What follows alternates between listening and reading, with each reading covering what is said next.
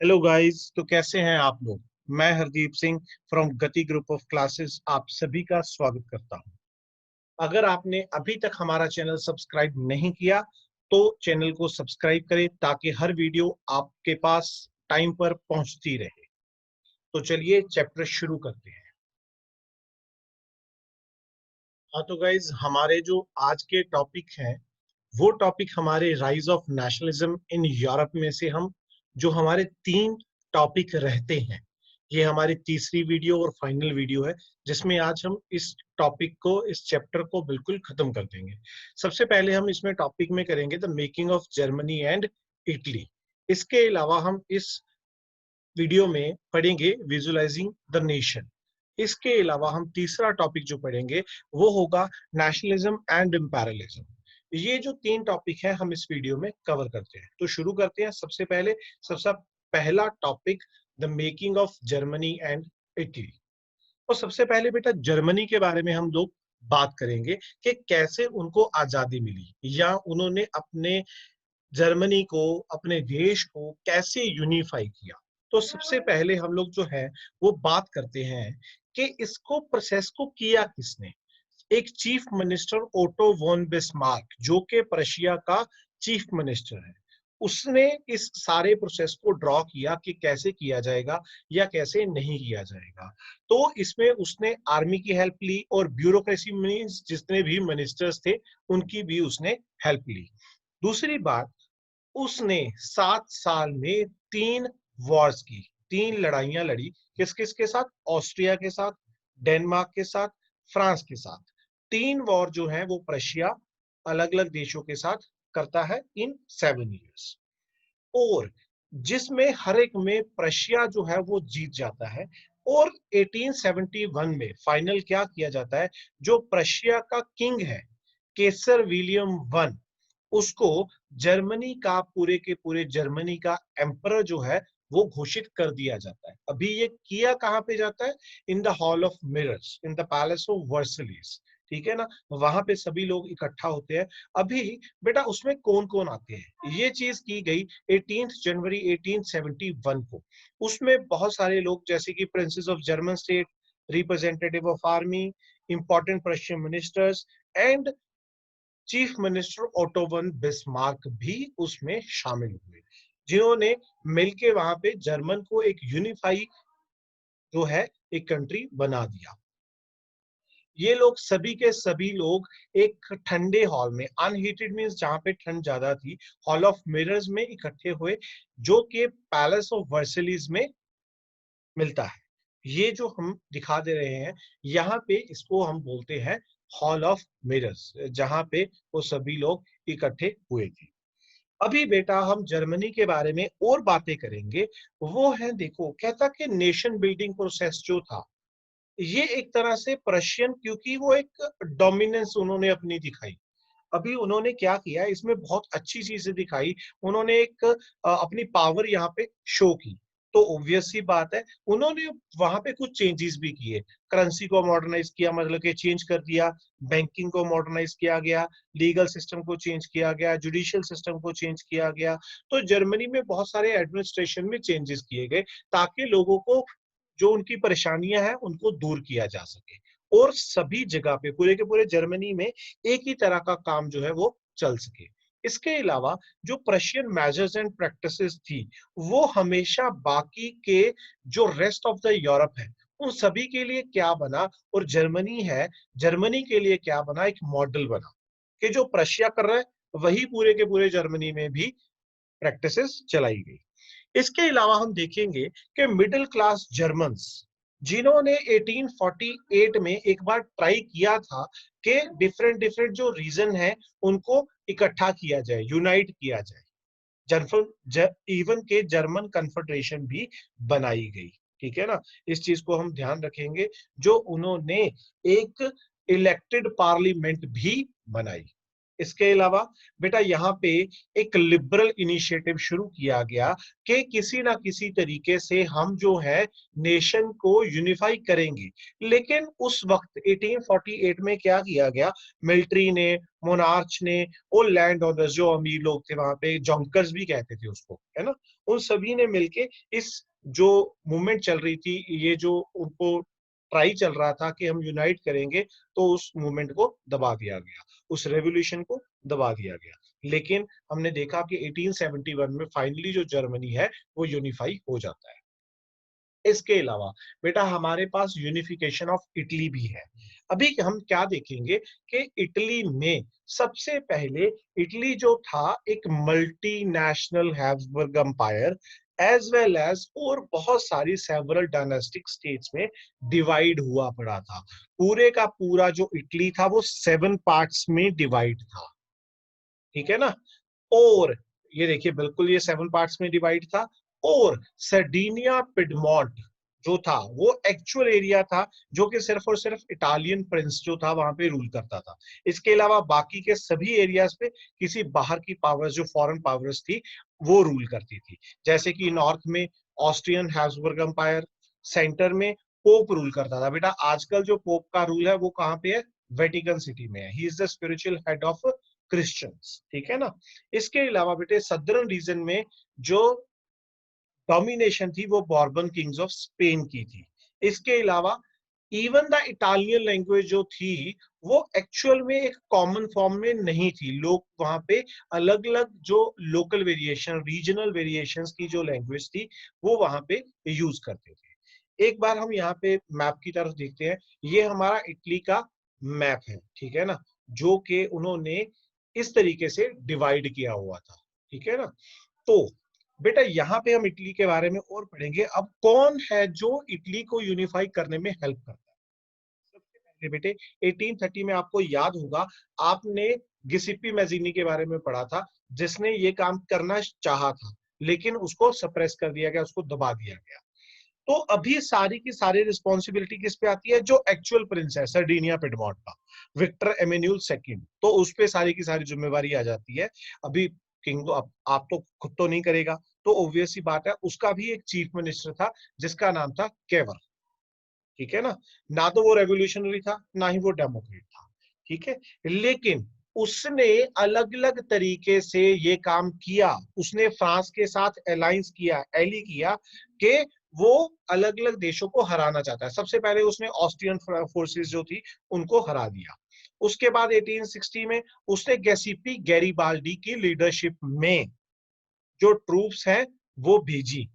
बेटा अभी याद रखना, एक गिसिपी मैज़ीनी हमने पढ़ा था जो कि 1830 में था, एक हम गिसिपी गैरीबाल्डी पढ़ रहे हैं जो कि 1860 के टाइम पीरियड में है। इसके अलावा हम यहाँ पे देखेंगे कि अभी जो गिसिपी गैरीबाल्डी के अंडर जितनी भी फोर्स थी वो सदर्न इटली में गई और टू सिसिलीज, वहां पे उन्होंने स्पेनिश रूलर जो थे, जो बॉर्बन किंग्स ऑफ स्पेनिश थे, उनको हरा दिया। और वहां की लोकल पीजेंट जो थे, लोकल मतलब कि वहां के लोकल जो लोग थे, उन्होंने उनकी बहुत ज्यादा हेल्प की इस काम को करने में। इसके अलावा हमने देखा कि 1861 में विक्टर एमेन्यूल सेकंड जो था उसको पूरे के पूरे यूनाइटेड इटली का किंग बना दिया गया।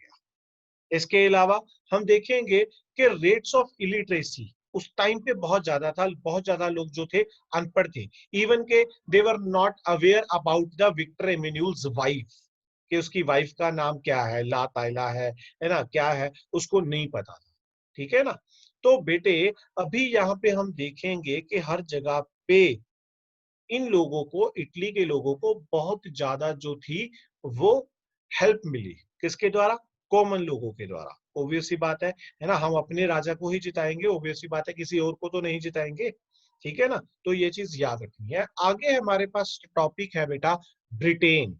हम ब्रिटेन के बारे में जब बात करते हैं तो ऑब्वियस सी बात है बेटा, देखो अभी ब्रिटेन जिसने इतने साल तक इंडिया पे राज किया, वो भी कभी पूरे का पूरा यूनिफाई नहीं था, वो भी अलग अलग पार्ट्स में डिवाइड था। जैसे कि हम बात करेंगे यहाँ पे ब्रिटेन जो था बेटे, इसका भी फॉर्मेशन देखो, इसमें कोई वॉर नहीं हुई, कुछ नहीं हुआ, लेकिन हम यहाँ पे क्या देखेंगे, एक अलग से ही उन्होंने तरीका यूज किया।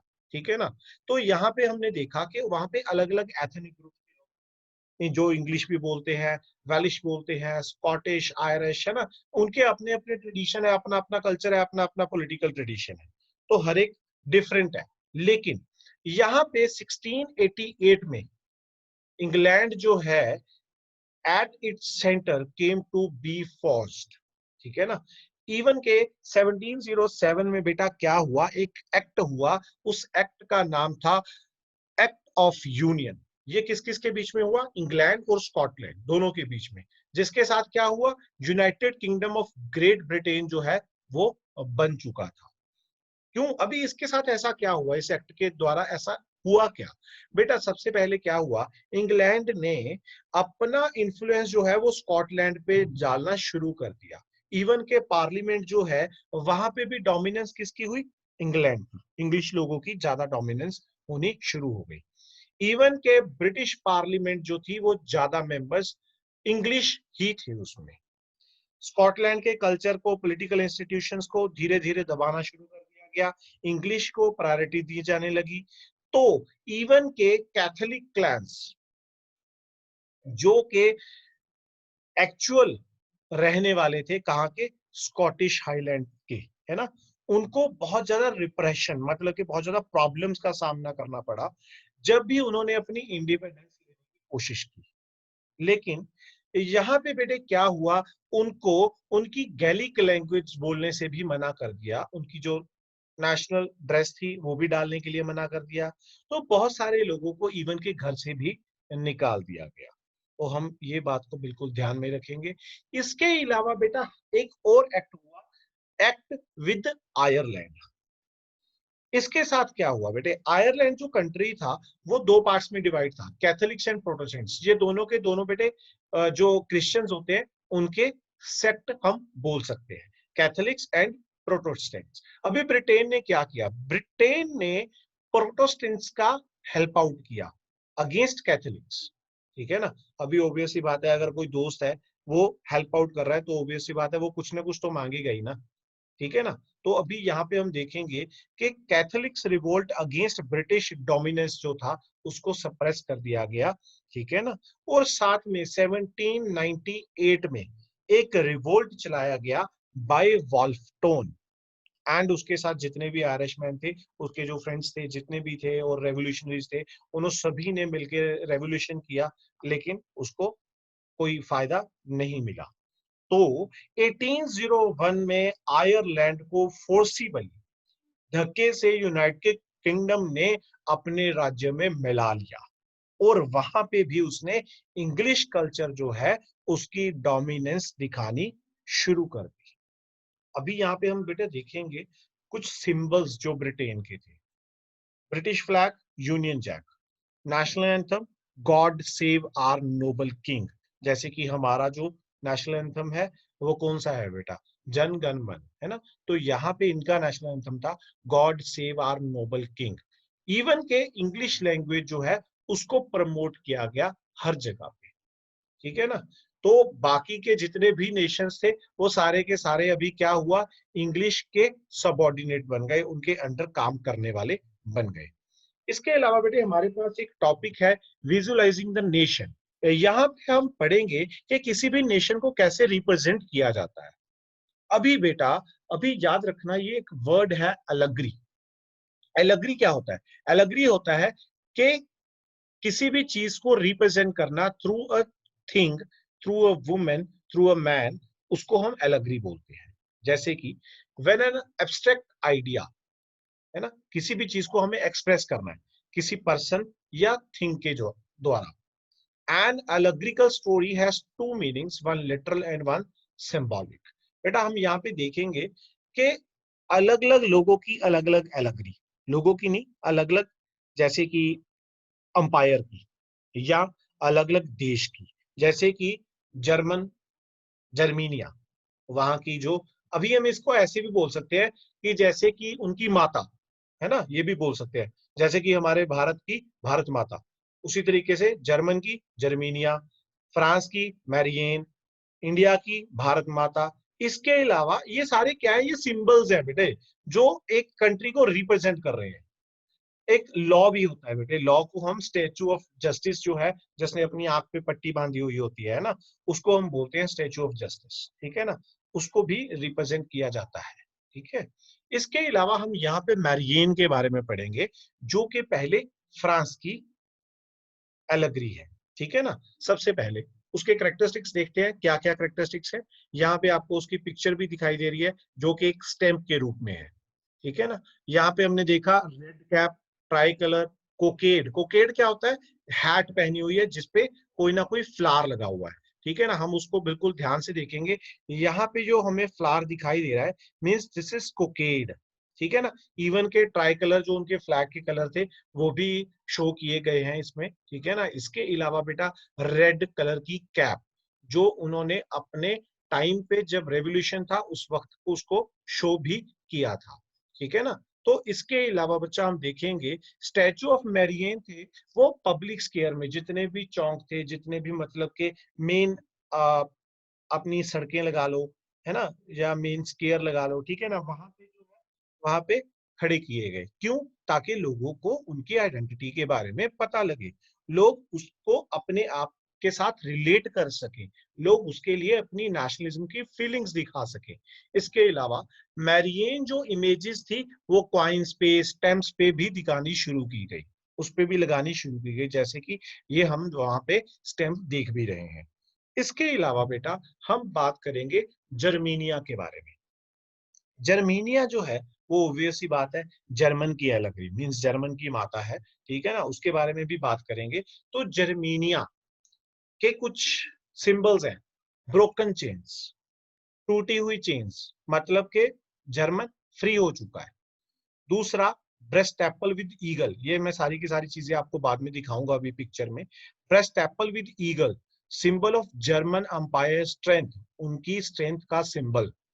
Crown of oak leaves, that is heroism. इसके अलावा sword means readiness to fight, that we people are ready for the fight. Olive branch around the sword means willingness to make peace, अगर आप चाहते हो कि हाँ piece होनी चाहिए, लड़ाई नहीं होनी चाहिए, तो हम उसके लिए भी रेडी हैं। इसके अलावा black, red and gold tricolour flag, जो कि लिबरल नेशनलिस्ट ने 1848 में बनाया था, लेकिन उसको ड्यूक्स जो जर्मन स्टेट में राज्य करते थे उन्होंने बैन कर दिया था, लेकिन अभी उसको शुरू किया गया। तो एक और, rays of rising sun means beginning of a new era, a new time period, जहां पे अभी सभी लोग आजाद हैं। ये बेटे हमारे पास जो है ये हमें दिखाई दे रही है इस पिक्चर में, जितने भी सिंबल्स हैं वो हमने यहाँ पे दिखाए हैं। जैसे कि ये है ब्रेस्ट एप्पल, ठीक है ना, और ये है हमारा स्वॉर्ड, ठीक है ना, ये olive branch around the sword, ये हमारा जो है क्राउन, ओक लीव्स का जो क्राउन है वो है। इवन के यहाँ पे ब्रोकन चेन्स दिखाई दे रही हैं, ठीक है ना, इवन के यहाँ पे हमें स्वॉर्ड दिखाई दे रही है, और हमारा जो इनका फ्लैग है वो भी हमें इसके पीछे की तरफ दिखाई दे रहा है, ठीक है ना बच्चा। इस सभी चीजों को हमने बिल्कुल याद रखना है। हो सकता है आपको एक नंबर के क्वेश्चन में ये चीज आ भी जाए, क्योंकि वहां पे अभी क्या है, अभी सीबीएसई ने कर दिया ना कि पिक्चर एक्सप्लेनेशन भी आ सकती है, तो इस चीज को हमें बिल्कुल ध्यान। तो अभी हमारे पास जो टॉपिक है वो हमारा टॉपिक है नेशनलिज्म एंड एम्पायरलिज्म। तो इस टॉपिक में बेटा ये बहुत ही इंपॉर्टेंट टॉपिक है, आपको जो याद रखना चाहिए कि ये 5 नंबर के क्वेश्चन में तकरीबन आता है, तो इसके बारे में हम जरूर बहुत ही ध्यान से पढ़ेंगे। जैसे कि सबसे पहले अगर हम देखें तो बल्कान एक ऐसा एरिया था जहां पे क्या हुआ कि यूरोपियन पावर्स जो हैं उन्होंने बहुत सारा मैनिपुलेट करना शुरू किया, किनको? लोगों को, लोगों की फीलिंग्स को, नेशनल फीलिंग्स को। किसके लिए? अपने पर्पस के लिए, अपने इंपेरियलिस्ट एम्स को पूरा करने के लिए। तो उनमें सबसे बड़ी एक इंटेंस कॉन्फ्लिक्ट जो था वो एरिया था Balkan, and the time period was 1871। तो हम ये बल्कान के बारे में पढ़ेंगे। अभी बल्कान इतना इंटेंस कॉन्फ्लिक्ट एरिया क्यों है? क्योंकि वो इतना ज्यादा इंपॉर्टेंट है कि चाहे वो एग्रीकल्चर के एरिया से ले लो, चाहे वो इकोनॉमिकली ले लो, चाहे माइंस के एरिया से ले लो, मतलब कि उसके साथ किसी भी कंट्री की इकोनॉमिक कंडीशन को बेटर किया जा सकता है। तो बेटा बल्कान के बारे में पढ़ेंगे तो सबसे पहले उसका जो रीजन है, रीजन मींस जहां पे वो एरिया, उसमें जोग्राफिकल एंड एथनिक वेरिएशंस बहुत ज्यादा है। दूसरी बात, आजकल जो अलग अलग डिवाइडेशन उसकी हुई पड़ी है, that is Romania, Bulgaria, Albania, Greece, Macedonia, Croatia, Bosnia Herzegovina, Slovenia, Serbia and Montenegro. ये सभी आज के जो है अलग अलग स्टेट्स हैं, है ना, उनमें डिवाइडेशन इसकी हुई हुई है। दूसरी बात बेटे, यहाँ के जो इनहेबिटेंट्स हैं, जहाँ के जो रहने वाले थे, उनको स्लाव्स बोला जाता है, ठीक है ना। स्लेव्स नहीं बोलेंगे, इसको स्लाव्स बोलेंगे, ठीक है ना। इस चीज को याद रखना। इसके अलावा यहाँ के जो रूलर था वो था ओटोमन एम्पायर। हमने पहले भी ओटोमन एम्पायर के बारे में बात की है कि ओटोमन एम्पायर एक मुस्लिम एम्पायर था, ठीक है ना। और इसके अलावा यहाँ पे रिवोल्ट का रीजन क्या था कि ओटोमन एम्पायर अच्छे तरीके से हैंडल नहीं कर पा रहा था अपने एम्पायर को, लोग उससे बिल्कुल भी खुश नहीं थे, वहां पे बहुत सारी प्रॉब्लम चल रही थी। लेकिन ओटोमन एम्पायर ने ट्राई किया कि किसी ना किसी तरीके से मॉडर्नाइजेशन से या फिर इंटरनल रिफॉर्म करके वहां की प्रॉब्लम्स को सुलझाया जा सके, लेकिन वो इतने अच्छे से वहां के प्रॉब्लम्स को नहीं सुलझा पाए। दूसरी बात, तो क्या हुआ, जितने भी इनके सब्जेक्ट थे जो इनके अंडर काम कर रहे थे, धीरे धीरे उन्होंने क्या किया, इनका कंट्रोल मानने से मना कर दिया और अपने आप को इंडिपेंडेंट डिक्लेयर करना शुरू कर दिया। इसके अलावा अभी यहाँ के जो लोग हैं रहने वाले, वो अपनी लॉन्ग लॉस्ट इंडिपेंडेंस के वो मानते थे कि हम लोग पहले आजाद थे, लेकिन इन्होंने आके बाद में हम पे रूल करना शुरू कर दिया, तो हमें अपनी जो आजादी है वो वापस चाहिए। लोगों ने बहुत ट्राई किया उसके लिए, है ना। तो स्लाविक नेशनलिस्ट, उन्होंने अपनी आइडेंटिटी को, अपनी इंडिपेंडेंस को भी डिफाइन किया कि हम लोग कभी आजाद थे, तो हमें आज भी आजाद होने का हक पूरा का पूरा है। इसके अलावा बल्कान एरिया जो है वो और भी बहुत सारी यूरोपियन पावर्स के लिए इंटेंस कन्फ्लिक्ट था। एक तो वहां के लोग पहले से ही उनके जो शासक था ओटोमन एम्पायर, उससे खुश नहीं थे, तो ऑब्वियस सी बात है, अगर हमारे घर में कोई ना कोई प्रॉब्लम चल रही होगी तो दूसरा तो उसका फायदा उठाएगा ही उठाएगा। तो यहीं पे वही बात हुई, क्योंकि उसी टाइम पीरियड में सारे के सारे देश जो है वो अलग अलग कंट्रीज में अपने कॉलोनीज बनाना चाहते हैं, ज्यादा से ज्यादा टेरिटरी को एक्वायर करना चाहते हैं, क्योंकि अपनी इकोनॉमिक एक्सपेंशन के लिए, अपने पैसे के लिए। अभी ब्रिटिशर्स जो थे वो हमारे देश में क्यों आए? इकोनॉमिक एक्सपेंशन के लिए, ट्रेड करने लिए आए, है ना। और धीरे धीरे यहीं पे रहना उन्होंने शुरू कर दिया। ऐसा ही हुआ। तो यहाँ पे बहुत सारी यूरोपियन पावर्स है जो कि अपनी कॉलोनीज बनाना चाहती है, ठीक है ना, as well as naval and military, है ना, किसी भी तरीके से बनाना चाहती है। Each power, Russia, Germany, England, Austro Hungary, they all want the control over the Ottoman empire, means Balkan area पे हर एक अपना अपना राज चाहता है। तो इसके कारण क्या हुआ, एक सीरीज ऑफ वॉर शुरू हो गई, या इसको हम एक मेन रीजन मान सकते हैं for the first world war. ये चीज बेटे हमने पढ़ी है बल्कान रीजन के बारे में। तो यहीं पे हमारा जो ये चैप्टर है वो बिल्कुल खत्म हो जाता है। हमने यहाँ पे अपने 3 मेन इंपॉर्टेंट टॉपिक जो लास्ट वाले थे वो इस वीडियो में पूरे किए हैं। उससे पहले भी बेटा 2 वीडियोस इस चैप्टर की बन चुकी हैं, जो कि हमने पहले 2 टॉपिक और फिर उसके बाद 2 टॉपिक और इसमें 3 टॉपिक, मतलब के टोटल हमने 7 टॉपिक जो है वो अपने कंप्लीट किए हैं। तो इस वीडियो को आपने बहुत ही ध्यान से देखना है ताकि हमें अच्छे से पूरे का पूरा चैप्टर जो है वो समझ आ जाए। गाइज, अगर आपको ये वीडियो पसंद आई हो तो प्लीज इसे लाइक करें, शेयर करें, कमेंट करें और प्लीज चैनल को सब्सक्राइब करना न भूलिएगा। Thank you very much.